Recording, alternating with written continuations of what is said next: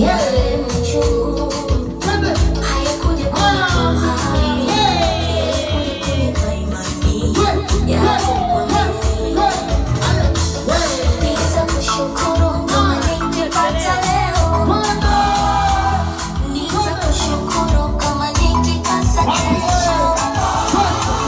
Mimi nachojua wewe una upendeleo.